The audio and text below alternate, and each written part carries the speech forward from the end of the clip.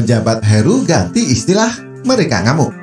Anies yang lakukan, mereka diam saja. Ditulis oleh X Hardi.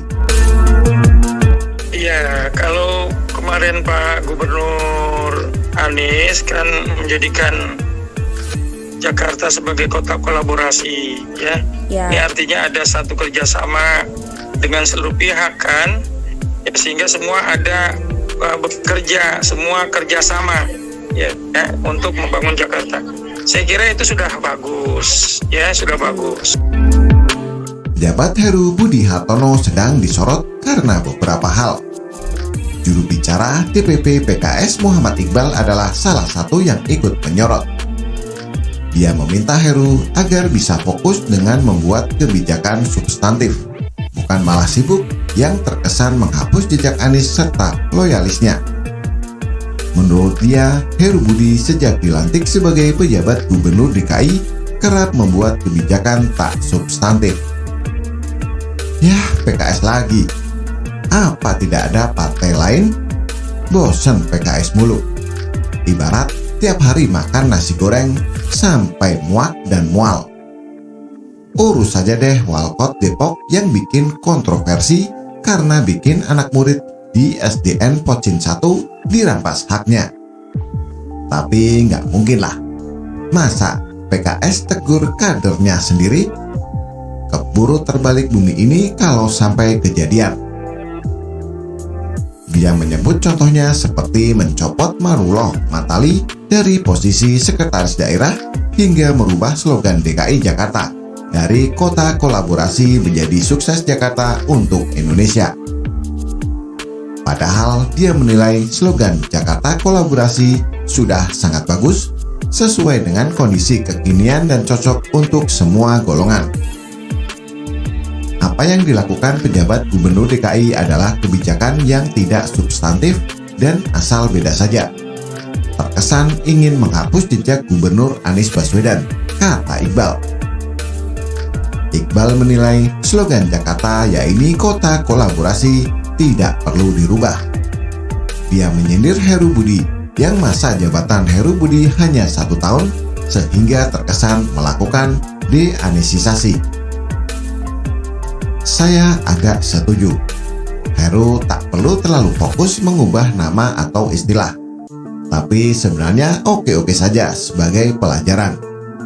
Maksudnya begini, Anies dulu suka ubah istilah, ubah nama jalan, dan bahkan ubah istilah rumah sakit menjadi rumah sehat. Banyak yang mengkritik, tapi tidak sedikit yang mendukung, terutama pendukung fanatiknya. Sekarang mereka diberikan sebuah pelajaran. Heru mengubah istilah Jakarta Kota Kolaborasi, tapi ada yang protes. Kenapa protes? Logika mereka malah normal. Mengatakan itu kebijakan tidak substantif. Dulu Anies ubah nama dan termasuk kebijakan tidak substantif juga kan? Kenapa tidak protes? Kenapa baru sekarang protesnya? Artinya apa? Yang dulu dilakukan Anies juga tidak penting. Menggunakan keahlian tata kata untuk membuat kebijakan tak penting. Dan sekarang mereka baru merasakan tidak enaknya istilah diubah-ubah. Itu namanya pelajaran buat mereka. Kalau mereka sekarang protes tapi dulu tidak protes, namanya munafik dan berat sebelah. Mendukung membabi buta, yang salah dianggap wajar dan memaksa orang memaklumi. Lucu dong, mereka baru merasakan tidak pentingnya ubah istilah di zaman Heru, tapi merasa itu sangat penting di era Anies. Standar ganda ini namanya. Terkait de-anisasi, saya setuju aja sih. Warisan yang buruk-buruk dimusnahkan saja. Anies itu suka pencitraan. Kadang ada upaya untuk membuat agar namanya tetap diingat setelah lengser. Kadang caranya gak banget. Jadi kalau disingkirkan tidak masalah. Yang protes paling hanya pendukungnya saja. Dulu warisan Ahok juga sering ditiadakan. Balai kota yang dulunya terbuka untuk pengaduan warga ditutup secara sepihak oleh Anies dengan alasan tidak masuk di otak. Normalisasi sungai 5 tahun dihadang, ditunda, bahkan terkesan tidak dipedulikan.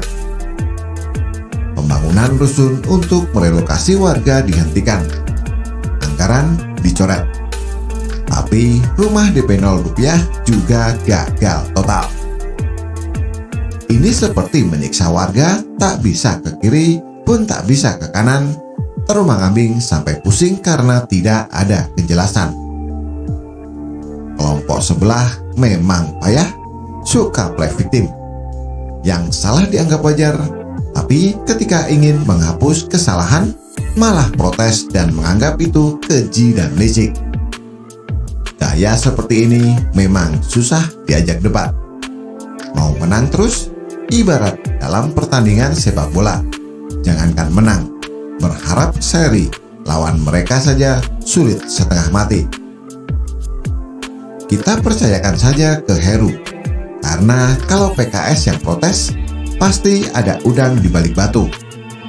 Kalau PKS yang ngomong, pasti kebalikannya yang benar. 5 tahun warga DKI diberi banyak janji-janji palsu, kepercayaan pun rontok. Sekarang PKS masih mau bela Anies? Bela kok setengah-setengah.